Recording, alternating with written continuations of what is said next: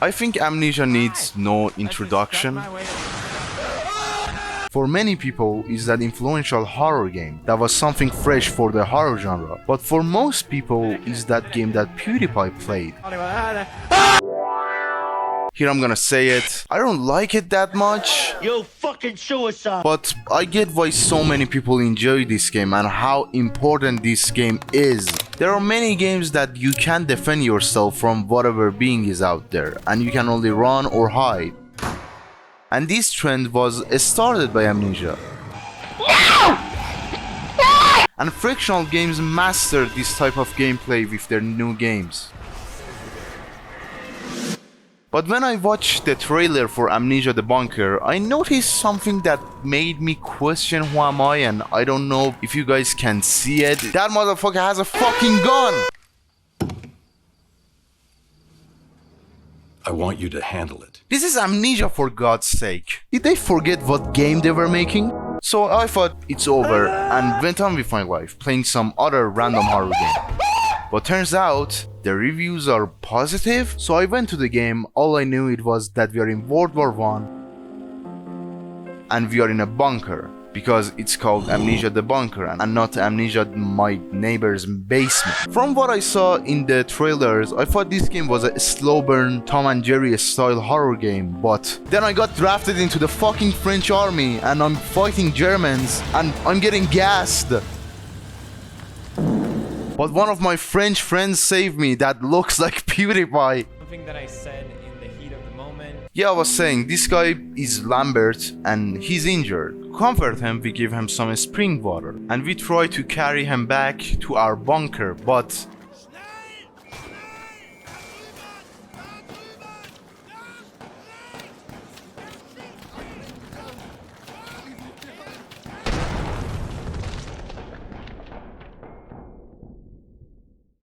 Henry, the soldier we are playing as, wakes up after a long nap. And yes, we finally got to the game and there is a note that no one is gonna read, so I'm just gonna summarize the note. Henry doesn't remember what happened. Wow, what a surprise, a game called Amnesia and the main character has amnesia. Or maybe Henry doesn't remember anything, but we do. Just from this introduction, you notice that they are trying to go to a different route with this one. In Dark Descent, you don't remember what happened at all. You don't even know anything. You just know you're Daniel and have to do Daniel shit. But the bunker is very different from any place we ever seen in Amnesia.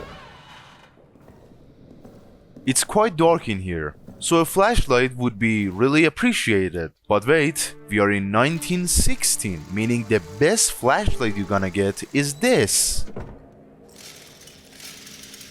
This is a real thing, by the way, and it's one of the worst things to have in a war, because just listen how much noise this shit makes.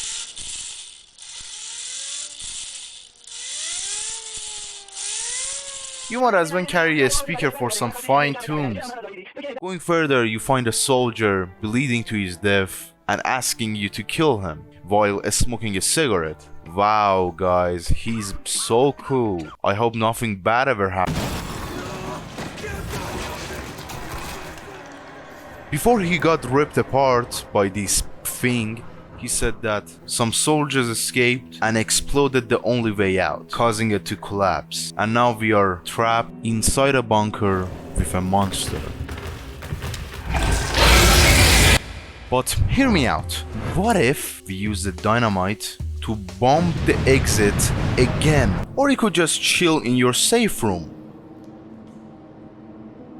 The safe room is the only place you're gonna feel comfortable in the bunker. It's a very cozy room with a very chill music. But just remember, lock the doors. Oh, shit. Goodbye. You're gonna die a lot. So how do we save our progress? See that lamp? That's the only way you're gonna save the game. And there are only 2 lamps in the whole bunker. But for 99% of the game, you're gonna use this one in your safe room. There's also a chest for storage in the safe room and a door that leads to a dead man next to a generator. I know you're all thinking this guy is probably coming back to life later as a zombie or something. Zombies. I thought the same, but no, he's gone. but he has a dog tag on him that has a code behind it. There is a room with a bunch of lockers for each soldier and officer, and some tags have a written code behind them that you can unlock these lockers with. Inside these lockers you can find very good stuff such as ammunition, nades, or even key items. And there are items that completely change the game, like lighter and gas mask. But the most important item in the game is fuel. The bunker is dark, you can't see shit. You can use your flashlight, but that shit makes a lot of noise and attracts French people. The bunker is dark even having the lights on. It's barely seeable, but having the lights on makes you feel safer, like the monster is hiding while the generator is on, and that is not a theory, that's an actual thing. But that doesn't mean he never appears where there is light. You have to be efficient while the lights are on, because time is not on your side. The generator runs out of fuel quickly. So when you turn the generator on, you better come back with more fuel for your next trip. But here's the thing, you can't be that brave either. So you have to be quiet and slow, but not that slow, because you don't want to use that shit. The design of the flashlight is just perfect for this game. Pulling it makes a lot of noise, attracting the monster, but giving you some source of light for a short period. Or you could get a lighter from one of these lockers and use torches or flares that makes a lot of noise, but you could be smart and throw it to distract the monster. In the early hours of the game, in your first playthrough, you won't even see the monster, but his presence can be felt because of how good the sound design is. You always think he's right near you and hear him travel through these holes. Every move you make makes a sound, sometimes way louder than you expect. Roaming monsters are not something new, but they are mostly scripted or very cheap. Yeah. And I think the bunker's beast is good. Not that good, but it's still very spooky. What I mean by good is that it's just simple. You make sound, he hears you, and you either run or die. And I wish they did more with it. There isn't much wrong with the AI in this game, but it just gets predictable after a while. You can also go around and play fart noises from your Discord soundboard. I mean, you have a gun, you can defend yourself, right? Well, no. The revolver is mostly the only weapon you got throughout the whole game. But this is not any gun in a video game. It's the most manual pistol ever. You have to find the bullets, which I don't think you can get more than 2 dozen. And you have to hold the reload button and put each bullet in by clicking and watching this slow ass animation. Everything in this game is methodical and slow, like even healing yourself, that takes ages. You will always run out of bullets. I need more bullets! I need more bullets! So you need alternatives like Molotovs, gas grenades, or shooting an explosive barrel. The gun is more like a tool than a gun. Like shooting the monster once or twice just stuns him for 5 seconds. But shooting a barrel and exploding it scares him for a couple of minutes. It's better than wasting 3 or 4 bullets that probably won't even scare him. I got a lot of bullets today, dude. 1, 2, 3. Dude, that was like 4 bullets. Get out. Come on, go out. Go out. That's great. As I said, the gun is more like a tool than a gun. So you can open locks with it. But that makes a lot of noise and you don't want to waste a bullet. So I'm gonna teach you a life hack here, and it works. Find a brick and hit that lock with the brick, and now you can break into your friend's house in Minecraft. A lot of people refer to this game as an immersive sim, and I didn't believe it. That's the spirit. Until I played it. I think your game is an immersive sim if you can put an explosive barrel next to a locked door and spill gasoline close to it, then taking out a flare trap by using a bucket and using that to ignite a fire and explode the barrel. All this just you could destroy a locked wooden door. I don't know how do you even come up with that, but I think you're playing an immersive sim. If you're playing on easy mode, the monster is very chill. He's like a real homie. You can laugh with him, you can play fucking Mario Kart with him, but on normal, he ain't your homie anymore. He stays around for a while, searches for you, but he won't check under the beds. On hard mode, oh, fuck you! For my first playthrough, I played on hard mode as anyone should. Come on guys, your ancestors won't be proud seeing you playing on fucking bitch mode, but joking aside, I recommend normal for most people. But if you like torture, meaning want to be low on everything at all time, play on hard mode. I found normal a bit too forgiving because on hard mode, I never had a full generator. But in normal, I found so much fuel that no country has ever seen. There is this watch that helps you to keep track of time until the generator runs out, but I think it's useless. What in the hell is this? Unless you're literally Ryan Gosling in the movie Drive, the calmest dude ever who plans the most outrageous shit using only his mad driving skills and his watch. But let's be honest here, you're not that guy. You are not the guy. You're not capable of being the guy. It's a waste of a space. It's a survival horror game, meaning you have less space than my hard drive. Even though you can find extra bags around the map, but later on you have to carry a lot of key items, so having this on you, it's just not worth it. The arsenal, the place that the dynamite is in, is closed due to lockdown, and the wheel that opens it... Remember those lockers? Well, in one of them, there's a second wheel. So for now, our objective is to find this guy's tag so we could access the rest of the bunker. You don't get a map, by the way. I mean, there are maps, but you can press M to see checkpoints. I know half of you had a panic attack after hearing this, but trust me, it works. I mean, a map that has a player icon would have been a terrible design for this game. 90% of the time, you're just walking in the dark, having no idea where you're going, and having a map with you with a player icon would be cheating. After finding and getting the code and the wheel, you can now use the wheel to turn off the lockdown. Side note, the guy who had the code, even though he's dead, his room shows a lot of personality. He drew a lot of weird shit, I mean, for back then. I didn't really touch the plot that much because it's something in the background and mostly explained in notes. Some part of it, it's good, could have been better, but the real meat of the game is the gameplay. If you head to the arsenal now, you won't be able to access it, because one of the doors has been chained and no, you can't explode or work around it, you need a bolt cutter. And the other door that leads to the dynamite is locked and needs a code. So our next objective is to find a bolt cutter and the code for the arsenal door. The bolt cutter is next to a captive German soldier that is alive. His cell can't be accessed right now because the door is locked and we have to open it from the control room. But the door for the control room is also locked, like every other door in the game. In some ways, these doors being locked and the only way to open them is doing a specific thing or getting a specific code is kind of disappointing, at least for me. I kind of wish they leaned more on the immersive sim part of the game.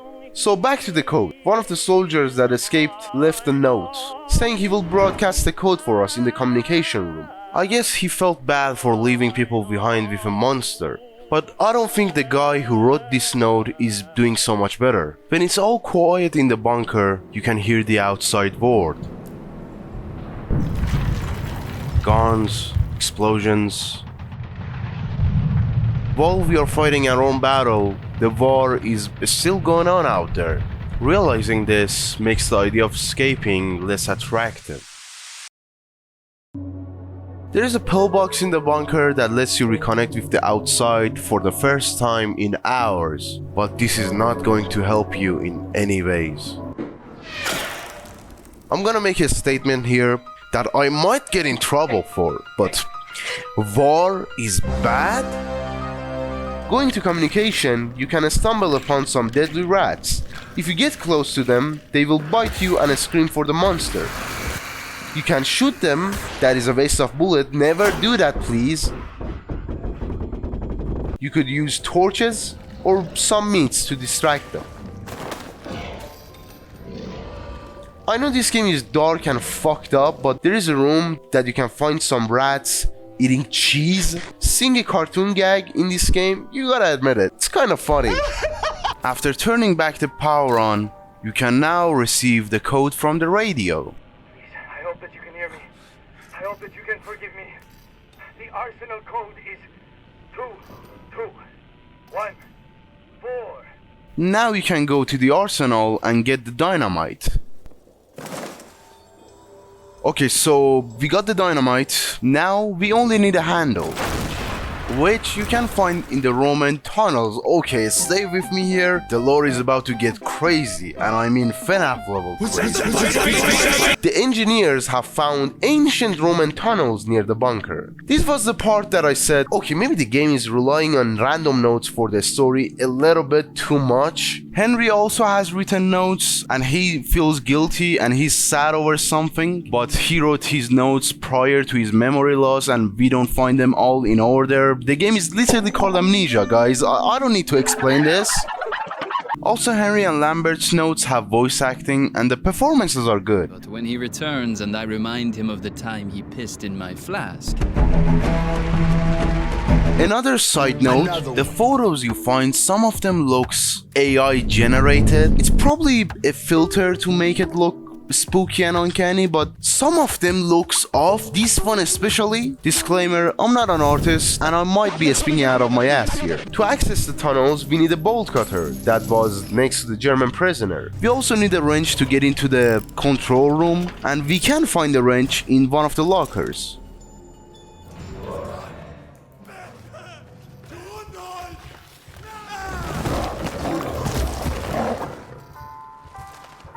Even though he was on the other side of the war, his death is pretty depressing. I think if there was an option to free the prisoner, he wouldn't be like... French! He is probably going to be like...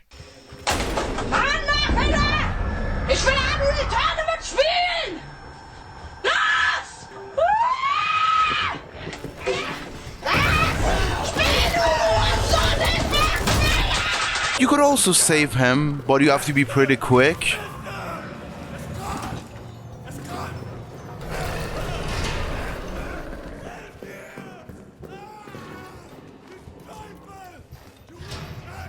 Don't do that because he would probably die from starvation or dehydration. Or you could kill him by your own hands.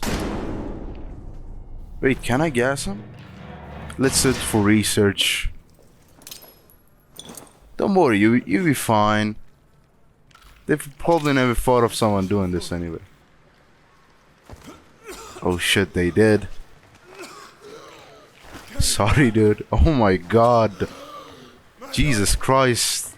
This is so painful. Oh my god. Sorry, I shouldn't have done that shit. What's great about this bolt cutter or wrench, other boxes or closets that were chained are now accessible, like that door in the arsenal. The room is kind of flooded, so you have to evacuate the water to access the hidden part of the bunker. Remember when I said there is another lamp? Well, here it is, next to someone's eyeballs. I've seen things you people wouldn't believe. While entering the tunnels, you notice stones floating in the air.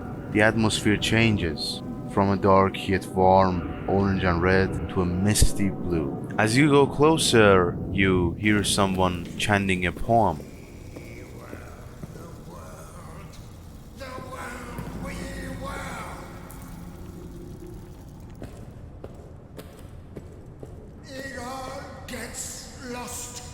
Lost in a terrible twirl. Can't see the sun for all the black smoke. Can't see the dirt for all the dead folk. Can't see the ocean, can't see the trees.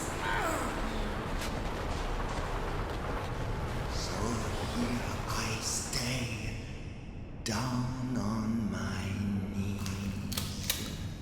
You start to get paranoid, and you start to see things that are not real. You have limited bullets, and this guy has a shotgun.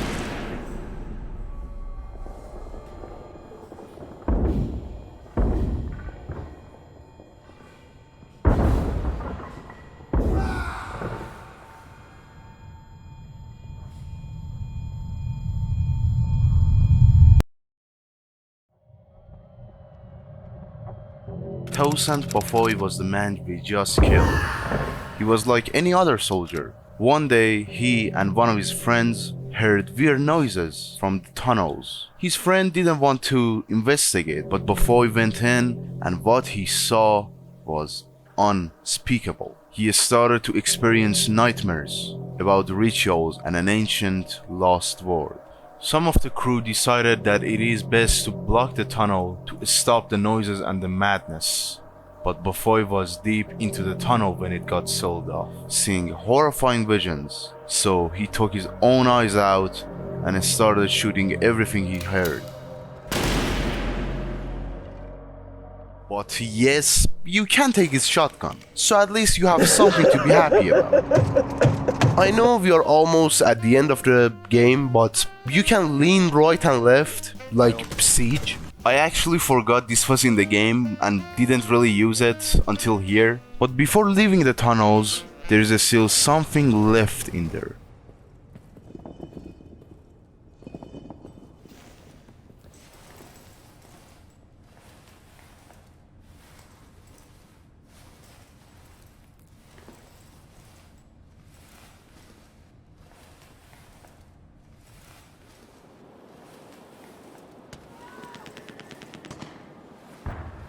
At the start of the game, we found Lambert here almost dead and gave him some spring water. And when we got attacked, he carried us back to the bunker while he was injured.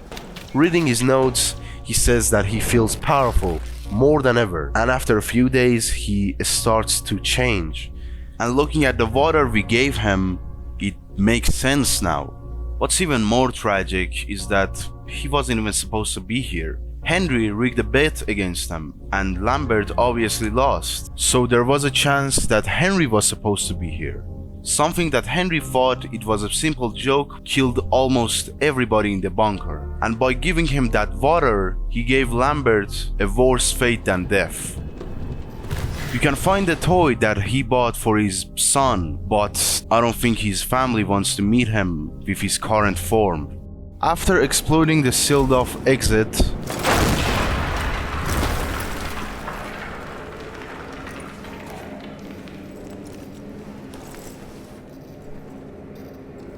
you find another secret tunnel. We reach an ominous place. This is different from anything we saw this far. We are not in a small corridors and claustrophobic corners. We are in an ancient, magical place. And here is Lambert. You can stun him with guns so you could buy time to move these boxes and escape. But when you throw the toy that he had, it attracts his attention more than anything in the game, giving you enough time to destroy the wooden bridge, making him fall down.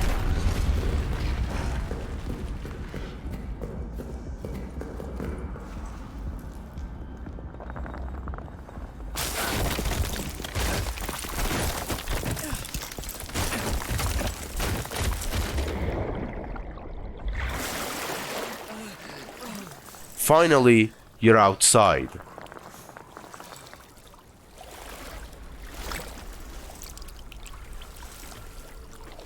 You fall into a pit full of mud and blood.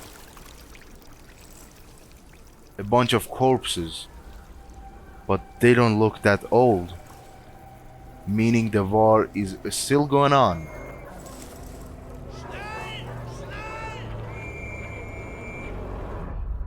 And that's it.